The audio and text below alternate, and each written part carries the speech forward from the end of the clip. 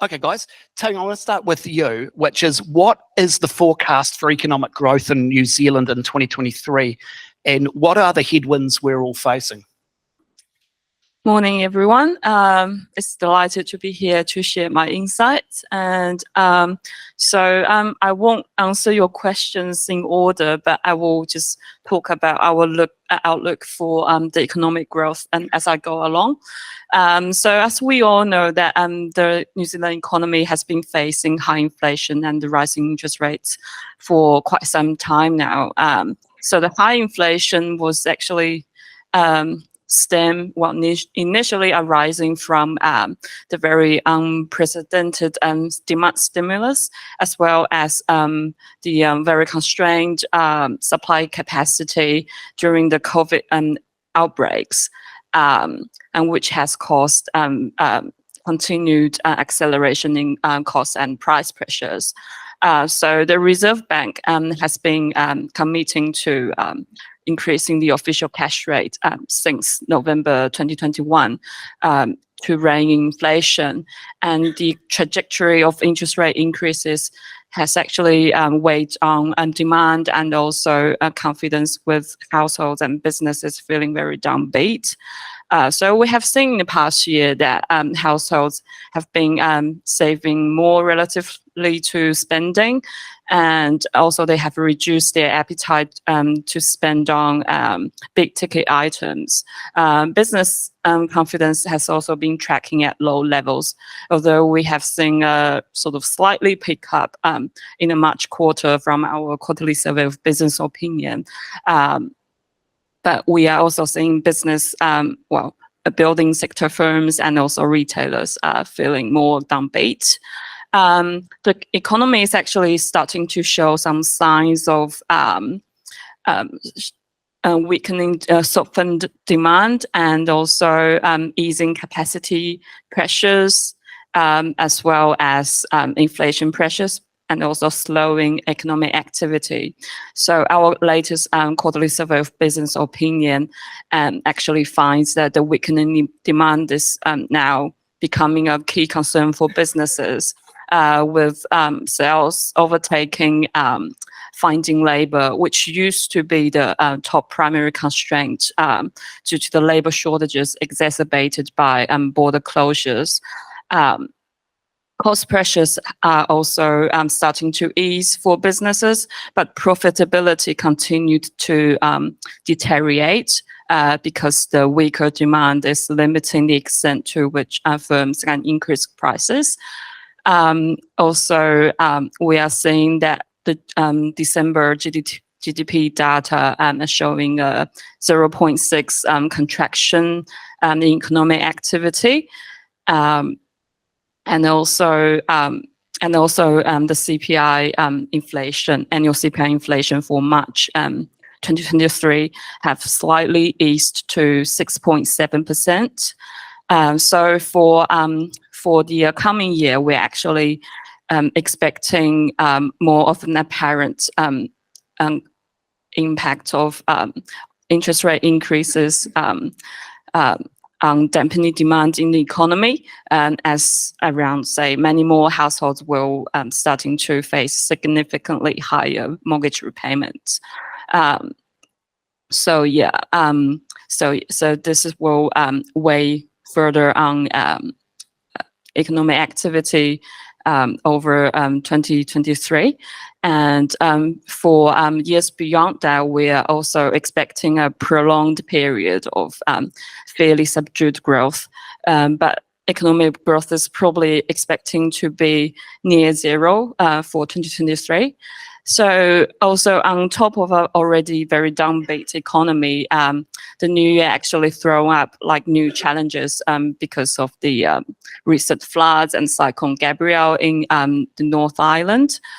So we are seeing widespread damages to property, infrastructure, livestock, and crops, which are causing significant disruptions and also loss of wealth and productive capacity to the economy. So in the short term, we're expecting this to weigh on economic activity, but also put some more pressures on, say, food prices or rent prices. But in the longer term, we expect that rebuilding activity would actually underpin growth from 2024. But it will likely to contribute. It will likely contribute to some further inflation pressures, given the boosting construction demand will add capacity pressures onto the construction sector. Got it, Ting. Yeah, that was quite comprehensive, but effectively there's a lot of a dampening of confidence that seems to be out there as people see house prices, or not house prices, house prices dropping, but mortgage rates going up, cost of living going up. What do you make of, I'd ask my other two panelists here, what do you make of this? We hear a lot about falling business confidence in the economy, but do you think that predictions of doom are warranted? And what do you think is the outlook for the smaller and the larger businesses and organisations as a result of what we're hearing from Ting and what we're hearing from people around us that shape our thinking as well? Who wants to start that one? Tēnā koutou katoa, ko Tracey, tōku ingoa. Thank you for having me here today. It's really exciting to be able to, I think, not only get together and talk about these things, but also hear different perspectives. And I think I certainly have a different perspective. Yellow, we're trying to have a different perspective because what we're trying to do is inject hope and optimism into the country and into particularly the small business sector. So just to give you some context, which some of you may be aware of, about 597,000 small businesses in New Zealand, which make up about 99% of our marketplace, 43% of employment or thereabouts, and 70% of those are sole traders. So when we look at our market, we're actually, sometimes I think the government, or we tend to look at it as a special project that we need to do, whereas actually it's something that our country runs on and we all are a part of and responsible for. So we're seeing, and particularly in the latest report we've just done, our annual SME report, we're seeing the same problems that were always there within that market, time poor, lack of support, lack of investment. The digital divide still exists. 34% of our SMEs are still not online at all. So that's still quite a large number. And within that, it's not because they don't understand or they are, not digitally savvy. A lot of it is that we're actually not providing solutions that work for their business or that actually provides them with the things that they want the outcomes for, which is more time.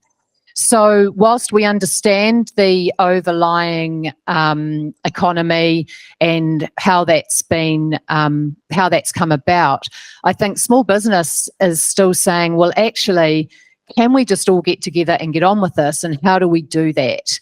And at Yellow, we're certainly trying to provide some conversations around that, but also some support around that. We lobby government a lot. We were a big voice within the Activate Tamaki Makaurau scheme, which I think was really successful because what it actually helped enable was a whole lot more SMEs that weren't in the digital world to actually get some sort of help, support to get into that space. So again, I think we have to think more practically about it. We have to understand high level, but then we need to actually think day by day, what are these businesses experiencing and how can we leverage what we do to enable that? Because then we all benefit from the productivity that brings. And productivity, I think, is one of our biggest problems in New Zealand. Underlying the things that sort of we haven't got a lot of control over. Firstly, well done, Thrive, for not putting together a panel full of men. It's good to be outnumbered.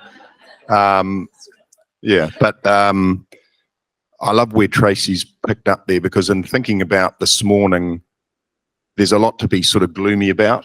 And I actually thought, take a different tack, glass half full and all that. And it reminds me of the Warren Buffett quote, which is that be fearful when others are greedy and be greedy when others are fearful. And there's actually quite a lot of research about companies that invest early in a crisis, and I'll use the word loosely here, actually do way better after the crisis. So the mindset I'd encourage you to take is one of sort of positivity. How can I take advantage of these market conditions rather than this is all terribly hard? And I think one of the things you can do that, there's many ways you can do that, but I think in these headwinds, how can you diversify your business? You know, how can you move away from the one-trick pony that you might have been? How can you innovate?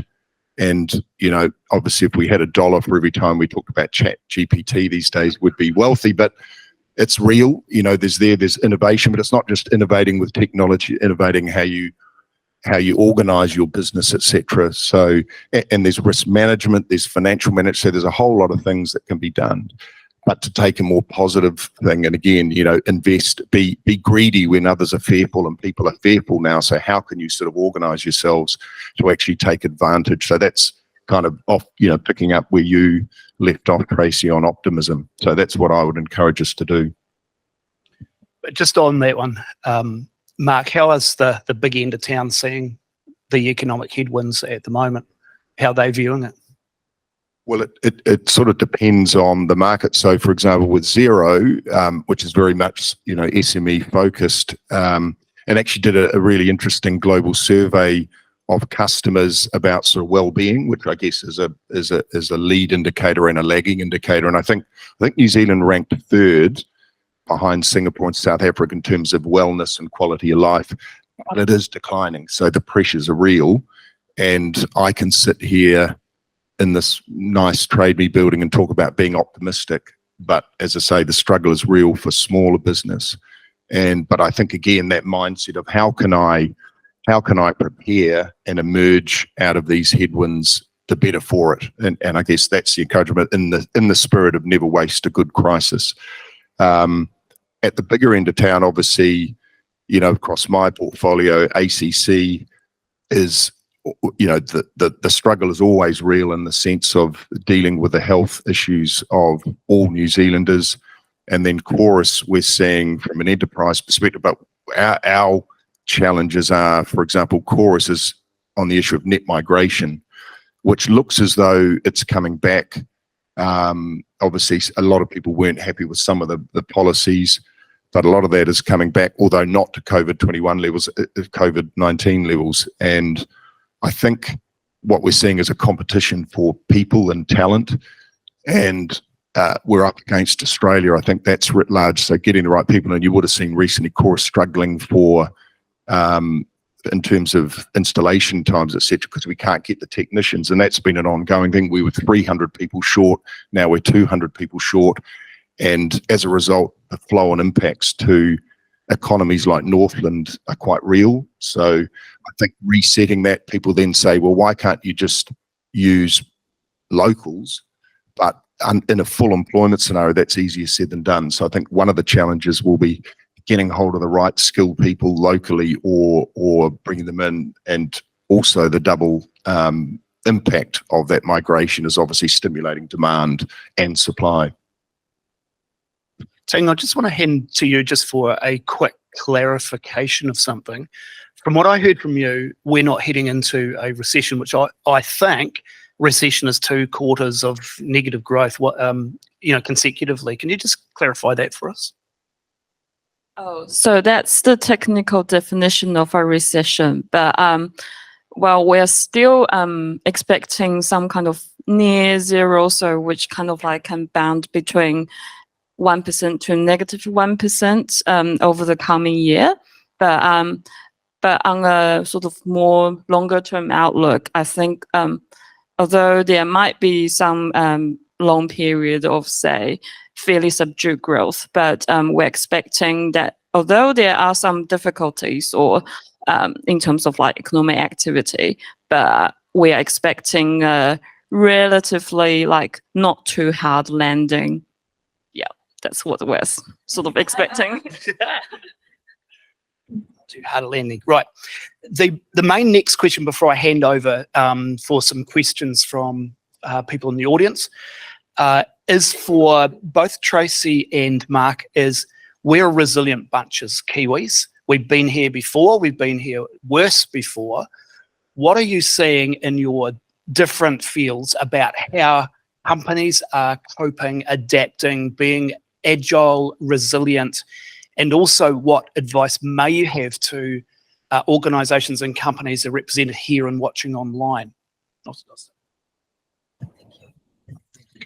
So I think that's a really good question. You know, Yellow's 65 years old. We've got one of the largest databases of SMEs in New Zealand. So we get quite a good sentiment, I guess, particularly through our surveys and talking to our customers. And just to pick up on something Mark said, what we've seen, particularly in the last survey, which was really interesting for us, is there is definitely a mental health focus. That's what small to medium-sized businesses would call it. And, you know, they might not sort of say culture, but they're certainly saying, you know, how do we look after our teams? And we're noticing that a lot more than we used to as being something which is significant to our business being successful. So that connection now is being made. So there's also a much more focus on the economy than there used to be, because I think when things are good, that just tends to sort of be something that's in the background, whereas we've seen almost double now saying that actually that's a big problem for them and they're really focused on that. And agree, it's not so much staff shortages, but it's actually about how do we get the right people in the right place at the right time to actually, you know, sort of be productive. But the thing for us, I think, at Yellow that we're really focusing on again is how do we, you know, so less focus on what the media is saying that's happening, what is in front of you, what is your purpose, what are you wanting to achieve, and how is that going to really impact your customers in a positive way. So trying to, I guess, illustrate that circular economy that they're part of, that we're all part of, and not see themselves as individuals who are just in this battle alone, and how are those partnerships connected to both not only feed into the mental or the mindfulness and the wellness of the business, but also the success and the productivity of that, because there's a lot of time spent on what we haven't got or can't get, and that is a lot of that is media driven, but actually there is, as Mark also referenced, a lot of resources, a lot of opportunity. And the worst thing that small businesses can do in this time is nothing. So, you know, a lot get advice which we don't think is great advice, where they're sort of told not to advertise or don't spend money on investing in that or that, just do nothing. And that is, I think, the worst advice that any of us could give or take. Yeah, I think, you know, you mentioned the customer thing, and I think the good old-fashioned maxim, if you look after your customers, they'll look after you. So that sort of obsession around customer, you can't go wrong. I think also what I'm seeing a few things is, you know, revisiting strategy. So, you know, where will we play? How will we win? Do we have the capabilities to do that? You know, going back to the drawing board a little bit. And part of that would be, I mentioned before, diversification. So how many income streams do we have? What's most exposed? Can we diversify that would be one thing. The other thing around innovation I mentioned before, around how can we use the tools and innovation around how we're working and technology. Good old-fashioned risk management, which always sounds like, and I'm on a few audit and risk committees, you feel sometimes like the fun police when you talk about risk. But risk is the flip side of strategy, which is, it is part of strategy. So how can you prepare in advance? What are the contingency plans that you've got in place to cope with what might be a hard landing, a soft landing? Employees, of course, obviously we're with the right company here to talk about employees, and it's about well-being. So how can you support them? Because a bit like your customers, if you look after your employees in the hard times, they'll look after you. And lastly, but not least, would be financial management. So how can you prepare your financials, your structure? Do you have liquidity? Are you managing your working capital well to prepare for tougher times? Do you have access to equity capital? And as David mentioned, I'm on a few small companies where you have, you know, unlike, we don't have them at Chorus, Xero, ACC, but you're having conversations around the board about how many more months cash runway have we got? Where are we going to get the money? So that is very real. And probably the last thing as part of the financial is, how can I, you know, reduce costs, but not in a way which is not investing in the business, because I totally agree, but how can I variabilize my cost base? So rather than be stuck with a big lot of fixed costs, how can I ensure that I've got a set of costs that will go down if my revenue goes down? So that they would be a few things that I'm seeing at the moment. Just last question, and then I'll hand over some questions to the audience. Mark, you seem quite an enlightened kind of board member, if you don't mind me saying. And that's probably why you're on the boards you're on. So I don't think, looking around this room, that everybody's dealing with such enlightened board members who are looking out and listening to what the media's saying about the economy and the gloom and the messages. How, as chief executives and as senior executives and others represented in this room and online, what's the type of messages, or what's the kind of way that they can work with their own boards so their boards don't go into panic mode and are getting the right messaging? What have you seen as being the most effective kind of way that the C-suite can work with their board at this time? Who wants to answer that question?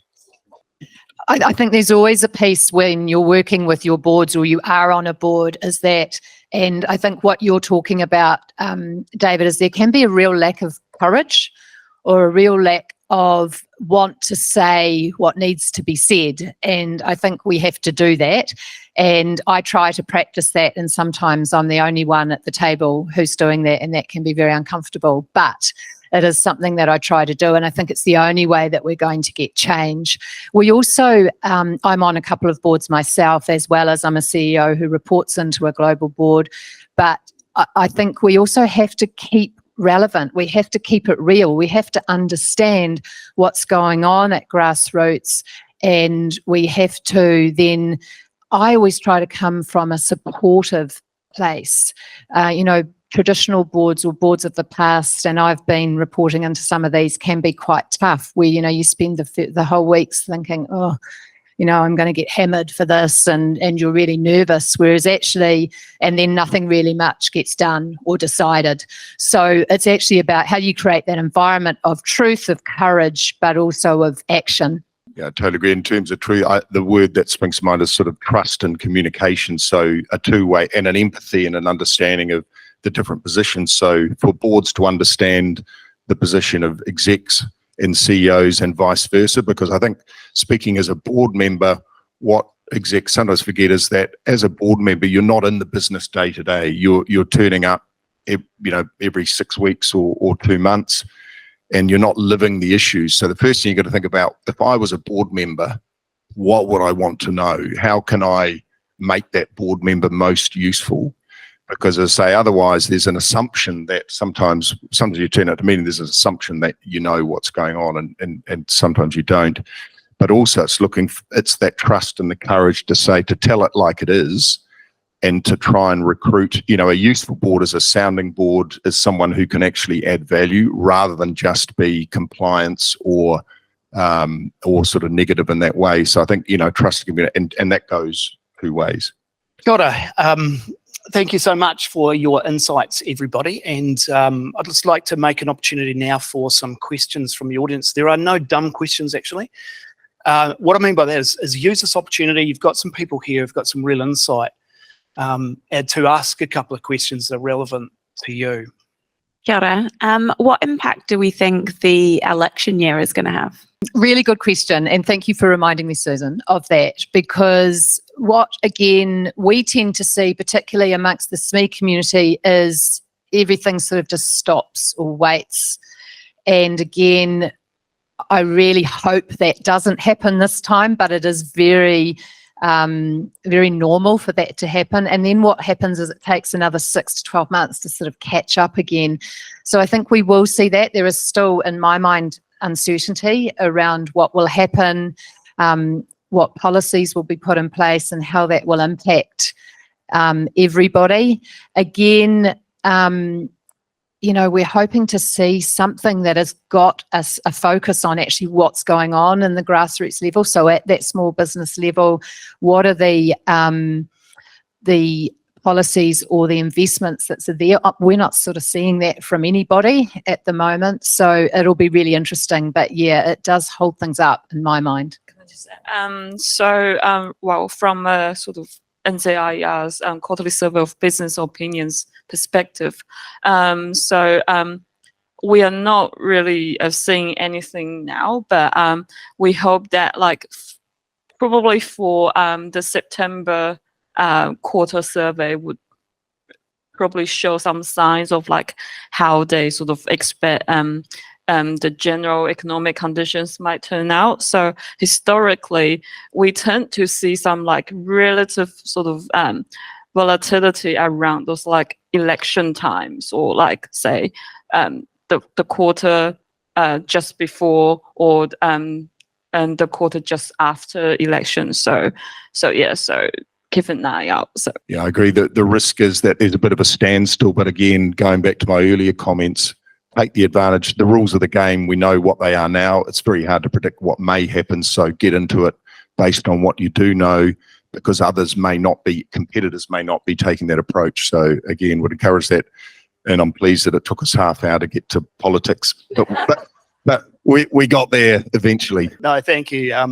If I can add from a public sector perspective, as an ex-chief executive in that sector, what generally happens is, well, this time of year, there's a massive spend up by the end of the financial year, the first thing. And then with an election coming, freeze. Everybody freezes expenditure in there till they're a little bit clear about what the wins are going to have for them in that sector of government. But another question.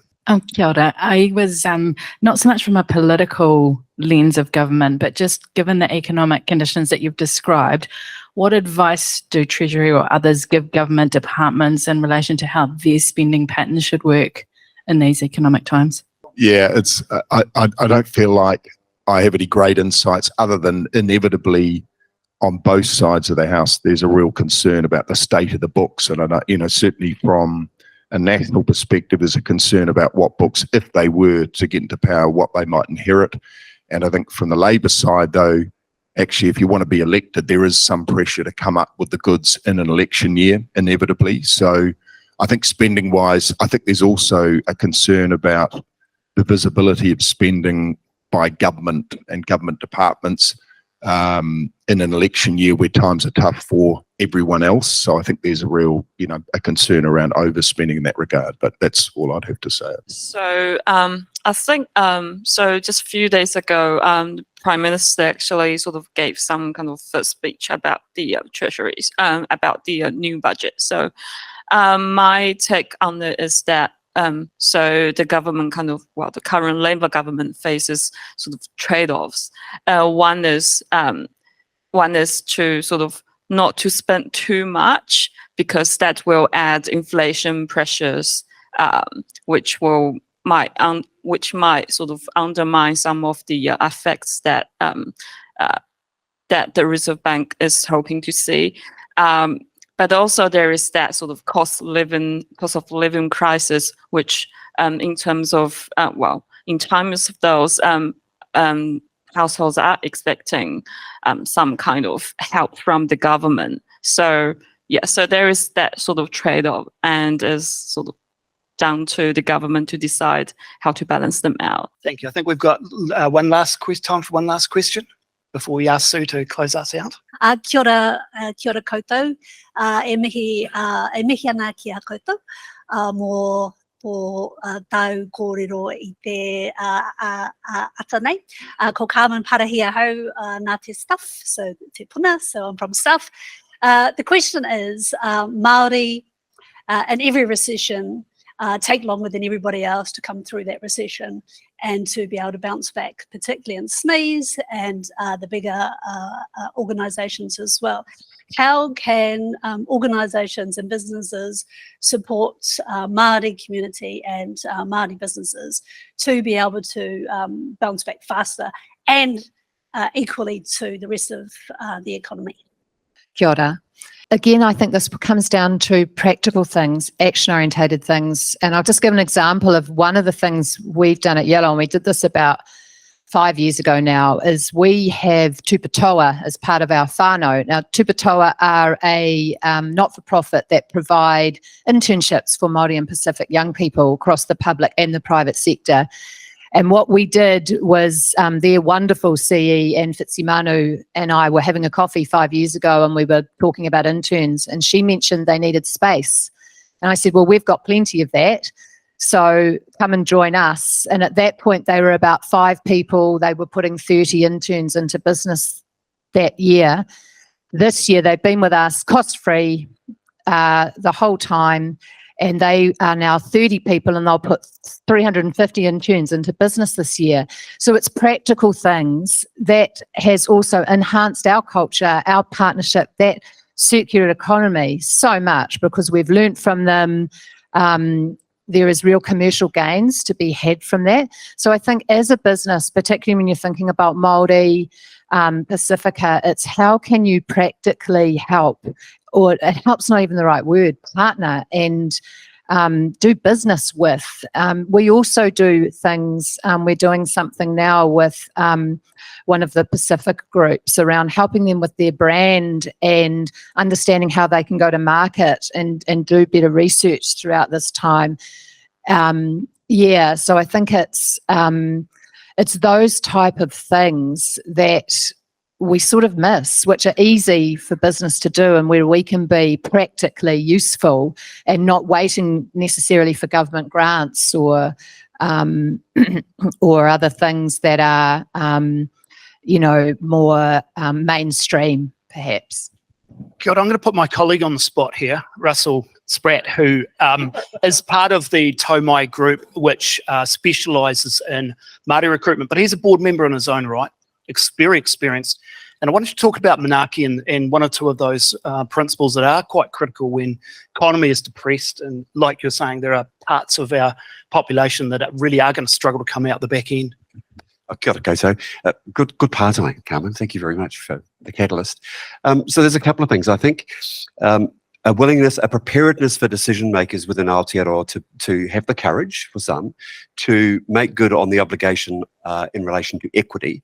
And then because we live in a country that has a founding population indigenous to this place who happen to have a treaty, it's simply to have a good relationship with that and know how you give expression to that so that people are being treated fairly. It's kind of that old value that says treat people the way you'd like to be treated yourself. The fact that Carmen had to ask the question about how do we ensure that Māori recover from the recession situations in a way that fixes the fact that they are behind the 8 ball compared to the rest of the population, in of itself is an indicator that we do have some stuff that's broken. And so as a group of decision makers, as a group of investors, as a group of governors, it's our responsibility, folk, in my view. And indeed, if I may, the Taumai brand that we've developed within the tribe group is to give expression to helping employers to do that and to be one of those catalyst organisations, to be courageous enough to say, how do we fix this problem? It's the right thing to do. Let's get on and do that. So that would be my approach, David. Yeah. Kia ora.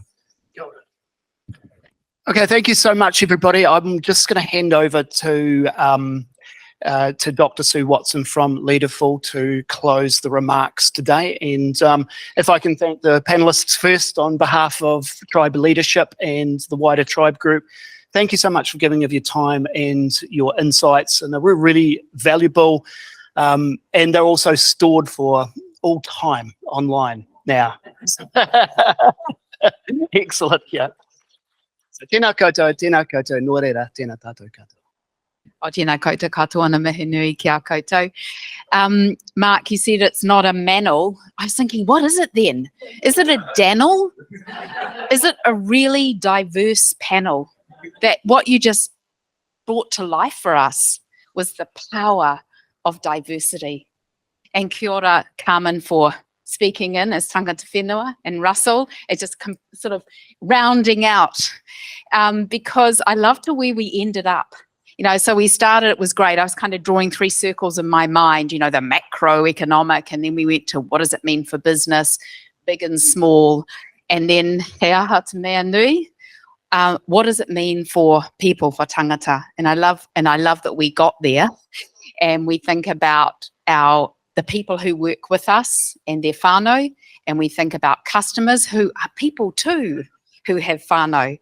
And I was thinking, is the outcome of this in terms of all the great tips, really, the actionable insights, you know, things like, is it time to revisit strategy? Is it time to kind of double down and get courageous and bold? I'm sitting there going, yes, yes, yes. But for what end? Is it so that we can go back to the status quo economically and just re-privilege the privileged and reinforce the economic structures which serve a few at the expense of many? Or is this actually about something fundamentally different? And I think it's an opportunity where the cries of the hearts of so many of the leaders that we work for and with at Leaderful is to say, can we bring something new to bear? I was at Wahine last night, based on Witi Himaida's work, and I was thinking about, you know, the old net has worn out. It's a whakatauki that he uses, and the new net goes fishing. And I'm seeing the new net. I'm feeling it emerging, and just really want to honour the work that you do, the voices that you bring, and I love that I'm sitting in an economic forum, and I'm hearing courage. And I'm hearing truth, and I'm hearing hope, and I'm hearing optimism. And I love those kupu. They just warm my heart, because economics is about so much more than just the money, but it's about the money too. So thank you so much for your kōrero. Thank you to Tribe. We love partnering with Tribe, because we know you do walk the walk when it comes to increasing the diversity of the leadership landscape in Aotearoa. Thank you, Tim, from Trade Me Jobs, for stepping up and hosting us in your beautiful whare. Nō reira, tēnā rā tātou katoa, kia ora.